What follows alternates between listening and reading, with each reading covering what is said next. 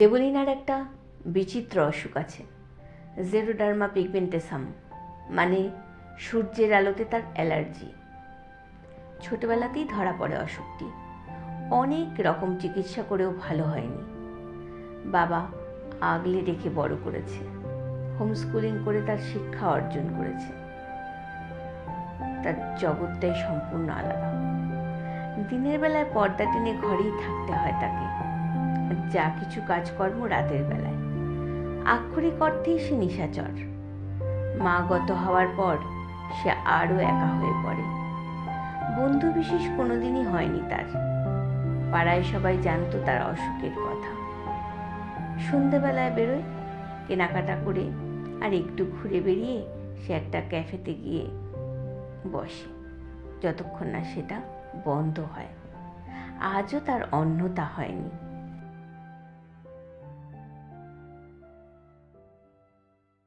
আজ এরকম অস্থির লাগছে কেন মনটা? বিএমডাব্লিউটা তো দেখছি না, ছেলেটিকেও দেখছি না। আরে আমি এত এসব ভাবছি কেন? আমার দিকে মাঝে মাঝে তাকাতো বলে?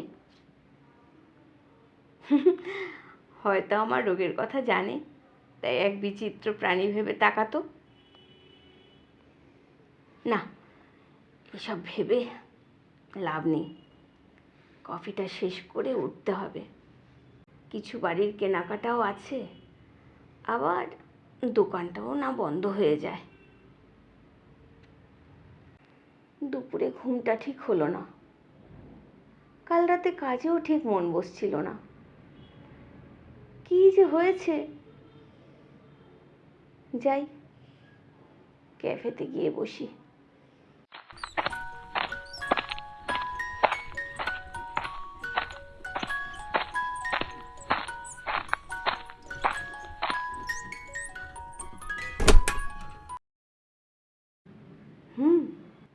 বাইরে বিএমডাব্লিউটা দেখলাম। ওই তো আজ এসেছে, এদিকেই এগিয়ে আসছে। আমারই বা অত দরকার কিসের? নমস্কার, এই চেয়ারটা কি খালি আছে? এতক্ষণ ছিল, এখন আপনি এসে গেছেন তো অকুপাইড হয়ে গেল। বসুন বসুন। আমার নাম নিখিল ভারদ্বাজ। আপনি তো দেবলীনা। হ্যাঁ, অ্যান্ড আই এম শিওর আমার ঠিকুজি কুষ্টি আপনার সব জানা হয়ে গেছে। তাই প্লিজ আমার লাইফ হিস্ট্রি নিয়ে আর নতুন করে আলোচনা করবেন না। আপনি কি সব সময় এরকম সিনিক্যাল? না সন্ধে 6টার পর আপনার bad hair day, sorry bad hair night শুরু হয়? আপনার নাম শুনে তো বাঙালি মনে হচ্ছে না, আবার প্রোনাউন্সিয়েশন শুনে বাইরেরও মনে হচ্ছে না। ঠিকই ধরেছেন। আমি অ্যাকচুয়ালি বাই বার্থ ইউপির, বাট সেই 5 মাস বয়স থেকে আমি কলকাতায়। বাবা বিজনেস সূত্রে কলকাতায় শিফট হয়েছিলেন, তাই জন্যে। ও, তা আপনি কি করেন? আমি ফ্রিল্যান্সিং কাজ করি কম্পিউটার প্রোগ্রামিং নিয়ে। মানে মোটামুটি চলে যায়। হ্যাঁ, সে আপনাকে আর আপনার শপার ড্রিভেন বিএমডাব্লিউ দেখলেই বোঝা যায়। যাক, একটা মিল তো পাওয়া গেল। আমিও অনলাইন ফ্রিল্যান্সে কাজ করি, তবে টিচিং নিয়ে। আমি জানি। তাই তো শুরুতেই বললাম আমার ঠিকুজি কুষ্টি জানা হয়ে গেছে আপনার। তবে এটা কিন্তু আমি সত্যিই জানি না যে আপনার কি কি বিষয় কথা বলতে বা চর্চা করতে ভালো লাগে। এই সাহিত্য, সিনেমা, গান, বিশেষ করে ওয়েস্টার্ন ক্লাসিক্যাল, এই আর কি। তাহলে তো দুটো মিল পাওয়া গেল।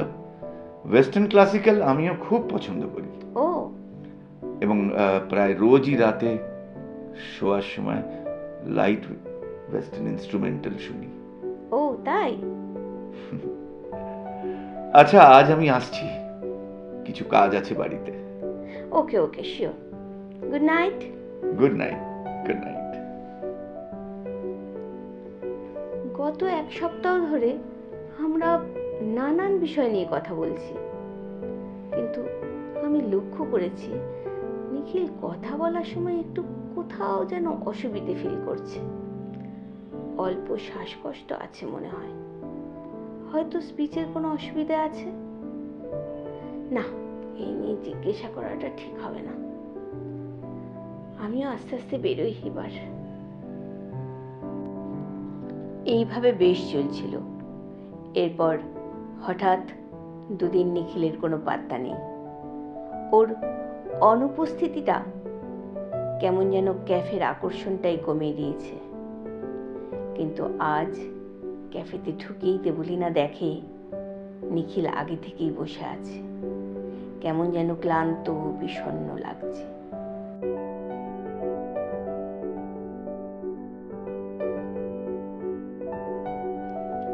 অলোকে, বসো বসো, তোমাকে কিছু বলার আছে।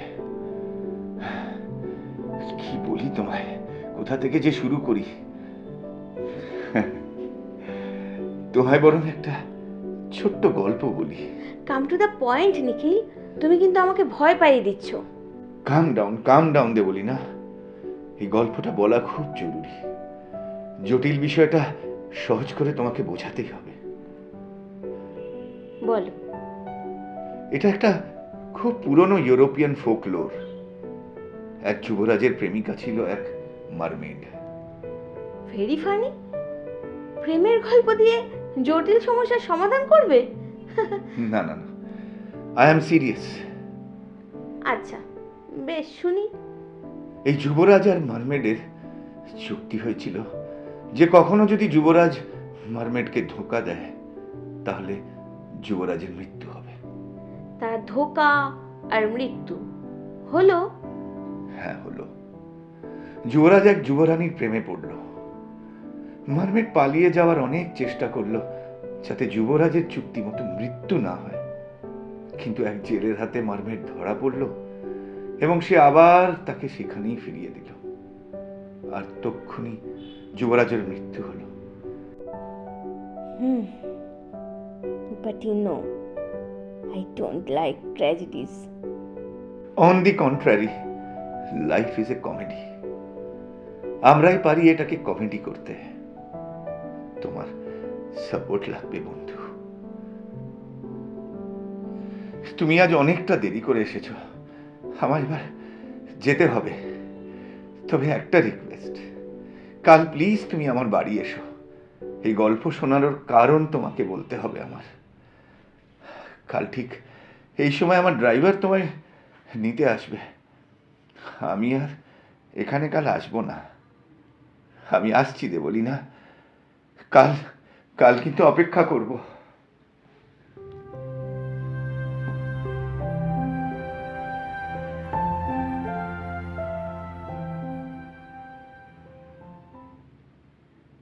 নিখিল কি বলতে চাইলো? কি চুক্তির ইঙ্গিত দিল? ওকে আজ এত ক্লান্তই বা লাগছে কেন? গত দুদিনই বা আসেনি কেন, বললো না তো? ওর কি কোনো সাহায্য লাগবে? কিছুই তো ভেবে পাচ্ছি না। রাতে কোনো কাজই করতে পারলাম না। কেন যে আমার এই রোগ হলো? নিখিলকে সকালে গিয়ে যে সাহায্য করব তাও পারবো না। কিচ্ছু ভালো লাগছে না। সেই সন্ধে অবধি অপেক্ষা করতে হবে।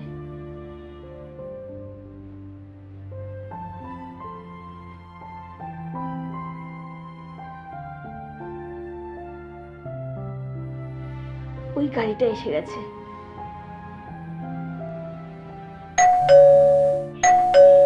হ্যাঁ, চলো চলো। কি সুন্দর সাজানো বাড়ি, চতুর্দিকে আভিজাত্যের ছাপ। আচ্ছা, এই দিক দিয়ে কি যেতে হবে?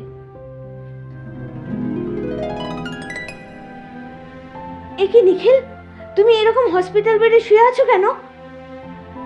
কি হয়েছে তোমার? এত সব যন্ত্রপাতি, অক্সিজেন সিলিন্ডার, কেন কেন এগুলো? কাম ডাউন দে বলি না। এগুলো কিছুই না বন্ধু, শুধু ঘুমানোর প্রস্তুতি। আরে এত বিচলিত হয়েও না, তোমাকে সব বলবো বলেই তো ডেকেছি। বসো বসো। জানো, তোমার মতো আমারও একটা বিচিত্র অসুখ আছে।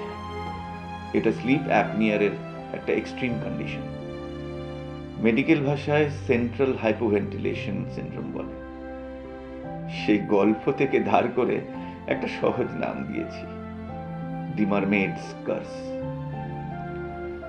আমি স্বাভাবিক নিঃশ্বাস নিতে পারি শুধু দিনের বেলায়, কিন্তু রাতে নয়। একবার রাতে ঘুমিয়ে পড়লে আমার স্বাভাবিক নিঃশ্বাস প্রক্রিয়া আর কাজ করবে না। তাই আর্টিফিশিয়ালি একটা মাস্ক পরিয়ে ভেন্টিলেটর মেশিনের সাহায্যে আমার নিঃশ্বাস প্রশ্বাসের ব্যবস্থা করা হয়েছে। ঘুমিয়ে পড়লে আমার ব্লাড প্রেশার, পালস রেট সব মনিটর থাকে। আর এই নার্স দিদিও থাকে। কখনো যদি ঘুমের মধ্যে সিজার হয়, তাহলে তো চিরতরে ঘুমিয়ে পড়ব। তাই জন্যে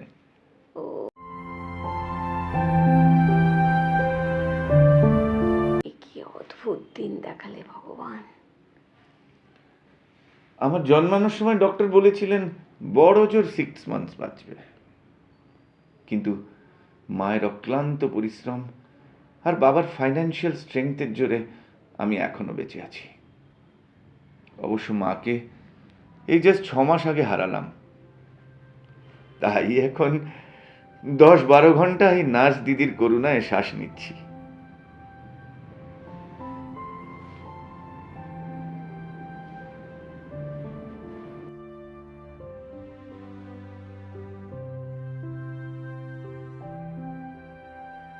নার্স দিদি, দেবলিনার জন্য একটু কফি আর বিস্কিট নিয়ে এসো না। না না, এখন কিছু দরকার নেই, আমার খেতেও ইচ্ছে করছে না। দরকার আছে দেবলিনা। ও আচ্ছা। দেবলিনা, তুমি আমার বন্ধু হবে? আমরা একে অন্যের পরিপূরক হতে পারি। এই নার্সদের হেফাজতে থাকতে আর আমার ভালো লাগে না।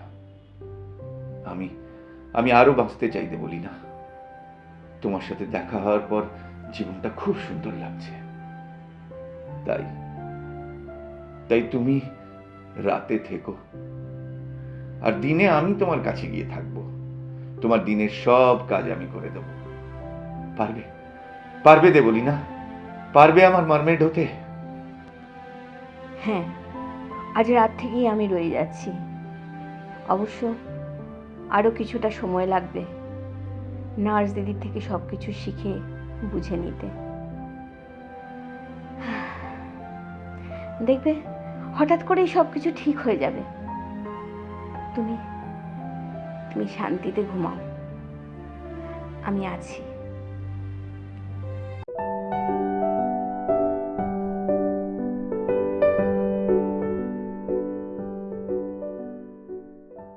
দেবলিনা আর নিখিলের জীবন এক অনিশ্চিত জীবন।